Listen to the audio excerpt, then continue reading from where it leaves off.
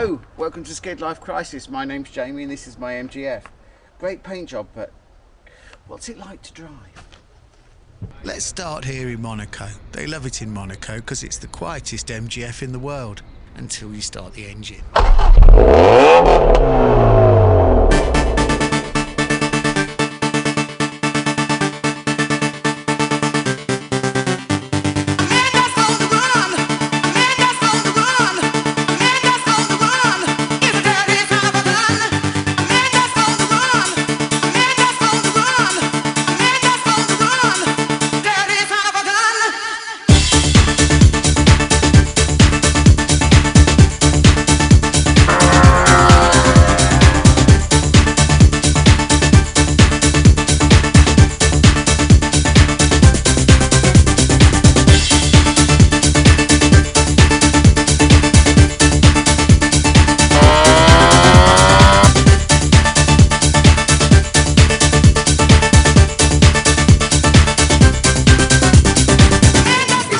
By the way, it's a paint job, and it took a long while to do it, like 4 coats of paint, hand rubbed down, yeah, a lot of work. And yes, I did get the idea for Austin Powers.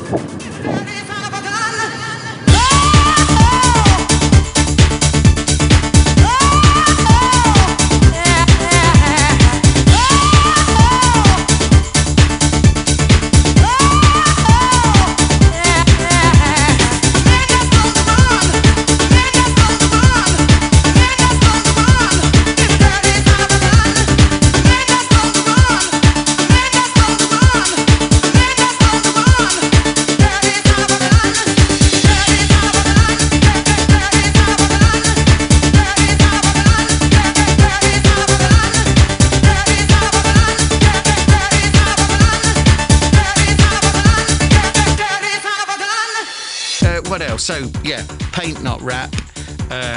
The wheels and tyres, I wanted black wheels just because I think they're cool, and I went with 205 40 profile Yokohamas.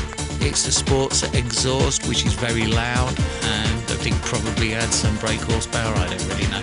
But I just love the sound of it. I love the throatiness, the rawness. It sounds great, and it makes the whole thing like just fun. I took the airbox out of it and replaced it with one of those sort of mushroom-shaped K&N air filters, so you get a lot of induction noise as well as the exhaust noise. So it's a noisy car, but then, you know, I'm not commuting in it. I'm only going out on weekends and thrashing it around the Corniche or trialling it around the Monaco racetrack or something like that. So it's just for fun. And in this unbiased review, I'll let you know the ups and downs of MGF ownership, and if I still like it. Spoiler alert, I do, quite a lot.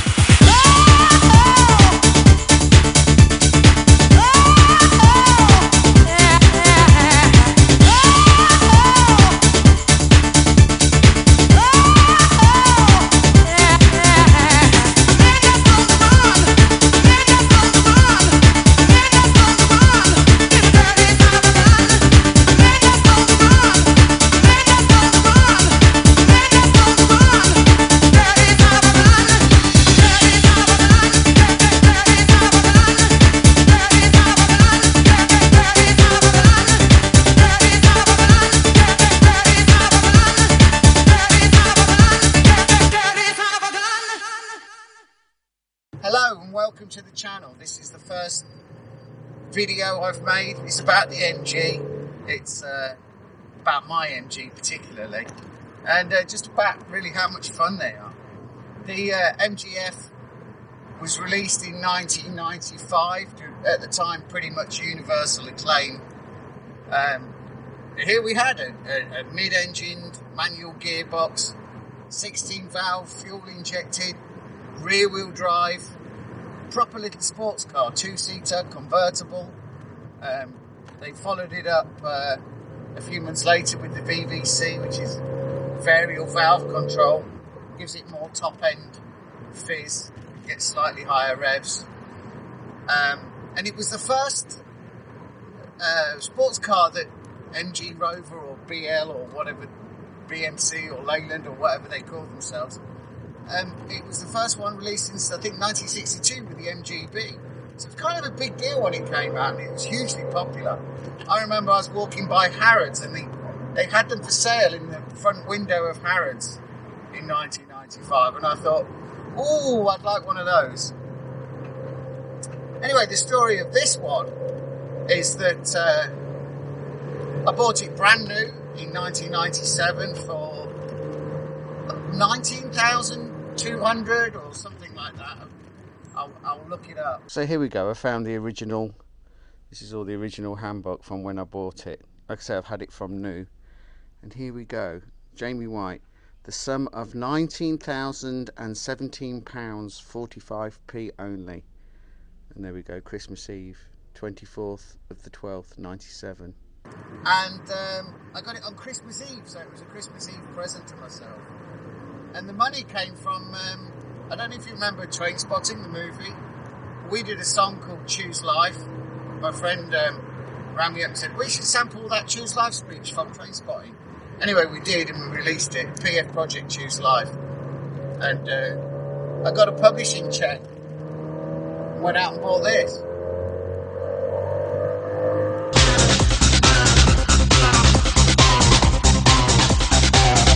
Choose Life. It's also in the. We made a video. I was making loads of records back in the 90s, and the single I think after Choose Life was Sounds of the Wickedness. It was called Zant, Sounds of the Wickedness. These are the sounds of the wickedness. Sounds of the wickedness. Sounds of the wickedness. Sounds of the wickedness. And the car's actually in that video. It's a different registration plate before I got my private plate, but that's the same car back in 1997. No, this would have been 98, I guess, because it was late. Clarkson wrote a book once about machines that have soul. He included the Millennium Falcon, which is cool because it doesn't exist. But he also famously loves Alfa Romeos for that reason. He thinks Alfa Romeos have soul because of the flaws, because they're not quite right, because they're flawed genius.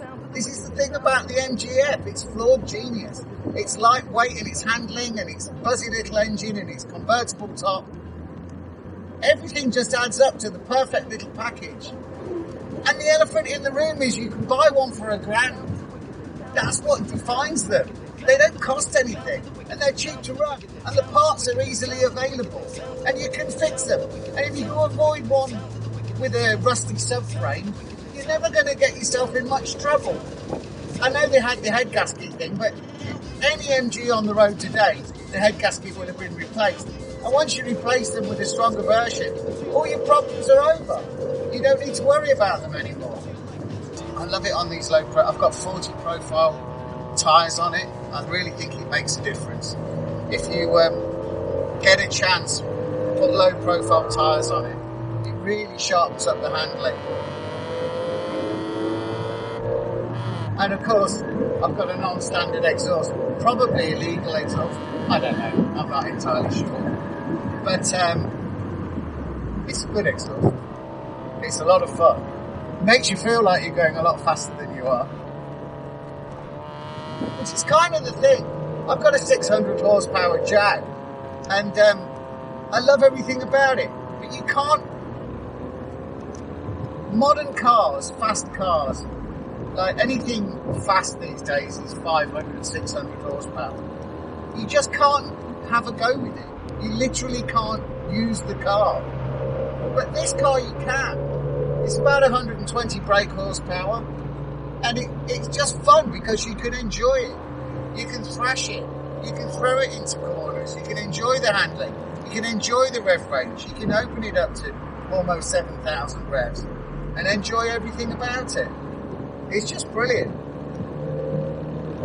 Here we are, Lake St. Cassian. There's a few clouds coming now. I hope they go away soon. So people often ask about head gaskets and stuff like that and what's the problem with them. Well, I will say that maybe I'd had the car about 3 years. I was driving along and I sort of lost power and it was running rough and I thought, there's something wrong. So I took it into the Rover garage and they said, well, that one of my exhaust valves it either had a crack in it or a piece had come off or something. And it was a problem with an exhaust valve, so it was losing compression on one of the cylinders. And they asked me if I wanted to keep the car and wanted to replace the valves, and I said yeah. I'm not going to sell the car, so I want you to do a proper job. So I think they replaced all the exhaust valves, and they hand ground them to make sure that they were properly seated this time. I imagine that exhaust valve had never been seated from new. I don't know if they replaced all the exhaust valves or just those two in that cylinder. I'm not sure. Anyway, they hand ground new valves, and they would have replaced the cylinder head gasket with the new version, the uprated version.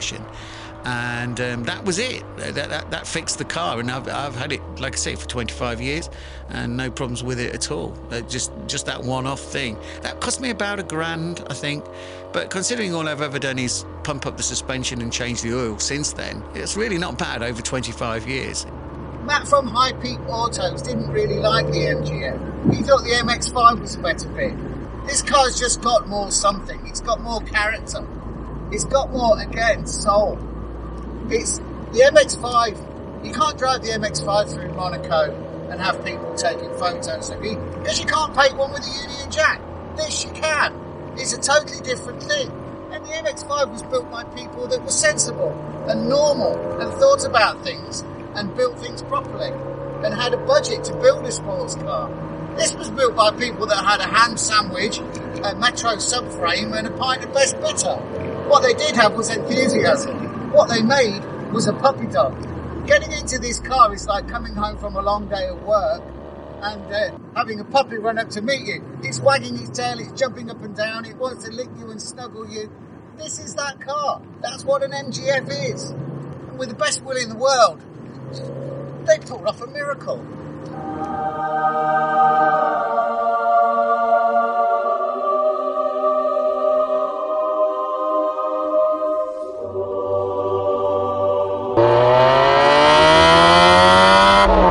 Ian from HubNut, he loves MGFs.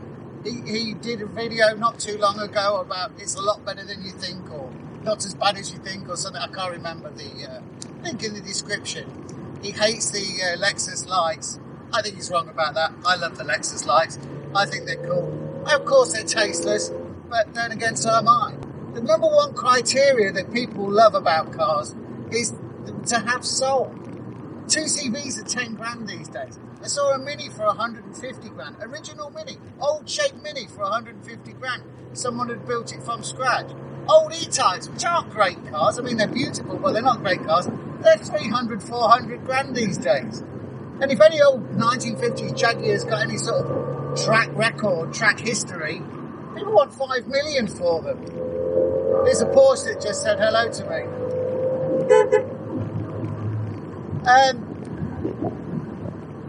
But it's the soul that people want, and this has it in spades. It really does. There's a guy called Vijay Maya that owns, used to own, Force India, is it? The Formula One team. Anyway, he's got a house on a castle, in fact, on the Isle St Marguerite off Cannes. And I was going there, and I left this car on a car park called Le Boeuf. And when I came back, a tsunami wave had come and washed the car into the sea, along with thousands of others. There's a newspaper headline, which I'll put somewhere. But yeah, so the car was washed into the sea, and I had to have all the rust done and everything, because he didn't do it any good. But other than that, which wasn't the car's fault, it's been fine. It's been completely fine. Literally faultless. I just have to pump up the hydroelastic suspension about once every 6 months, which I bought a little tool off eBay for about 20 quid, and I do it myself. You just buy a bottle of the hydroelastic, hydro something. You just pump it in and measure the ride height, and then you're fine. This is post-Brexit. The other day I was driving along, and you're always worried they're going to stop you and go through all your paperwork and stuff and give you hassle. The other day, the gendarmerie, which is the highest level of the French police, they're actually army, they're in barracks. They went by me and they gave me the thumbs up out the window, tooted the horn and flashed the lights. So, the reaction I get to this car is great. If I stop in petrol stations, people always get their camera phones out. It's like travelling with a star. But then again, it kind of is. I love it. And I love where we are. God, look at that. That's beautiful. So I just bought one of these for my 17-year-old son, who's not even passed his test. He's just become 17 just now. The insurance was 480 quid fully comped for both of us. And the car I actually got for free. My friend gave it me. I said, can I have your MGF for Tom? And he went, yeah, okay. So that was handy. So I got an MGF for free, and the insurance was for 480. And now he's got a mid-engine convertible sports car. The prices on these things are insane. £2,000 buys a great one. £3,000 you're in pristine territory. You've got to remember this was the best-selling Roadster for almost its entire production run. And they only stopped making them because Rover went bankrupt. Otherwise, we'd still have them today. Yeah, they were remanufactured a few years later by a Thai or an Indian company, I can't remember. But it was never the same thing. It had lost its newness. So here we are then. Well, you can see I love them, and I thought I'd make a video about my car and all its adventures as a bit of fun and something to do, but also for slightly heavier reasons, which, you know, normally people don't get into. But earlier this year I went to hospital with stomachache. I thought it'd be about an hour. My girlfriend was waiting outside. Anyway, I was in there for 6 weeks, and it turned out to be colon cancer, and they had to remove it all and stuff, which made me, you know, improve the situation a lot. But unfortunately it spread, so I'm definitely on a timer. But I'm going to be making more videos, so like and subscribe. The next one's going to be awesome. It's going to be my 600 horsepower Jag, so we're going to take that for a spin around the French Riviera, see what that's like. So yeah, like and subscribe, don't forget to ring the bell, and I'll see you soon.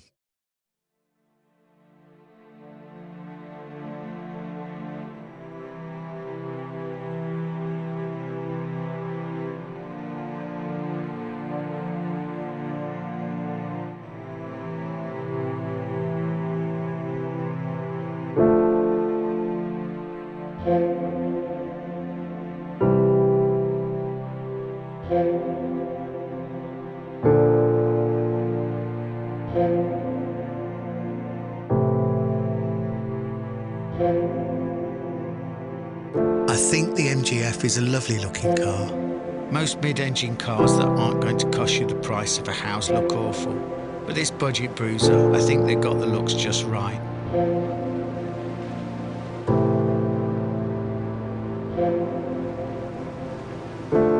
It's as happy as a hairdresser's run around as it is prancing around Casino Square in Monaco. It's not so fast that you can't have endless fun without losing your license, and it handles and goes round bends like a go-kart.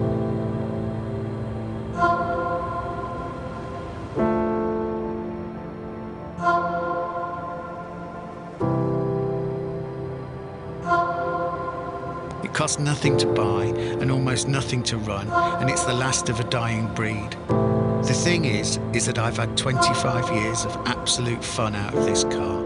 I've enjoyed every single minute, and it's still going strong, just like I hope to, even after all that's happened.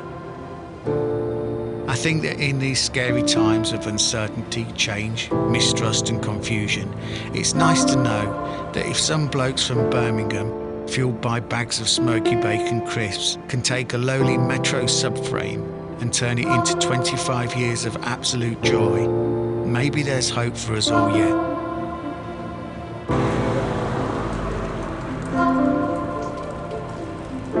Even me.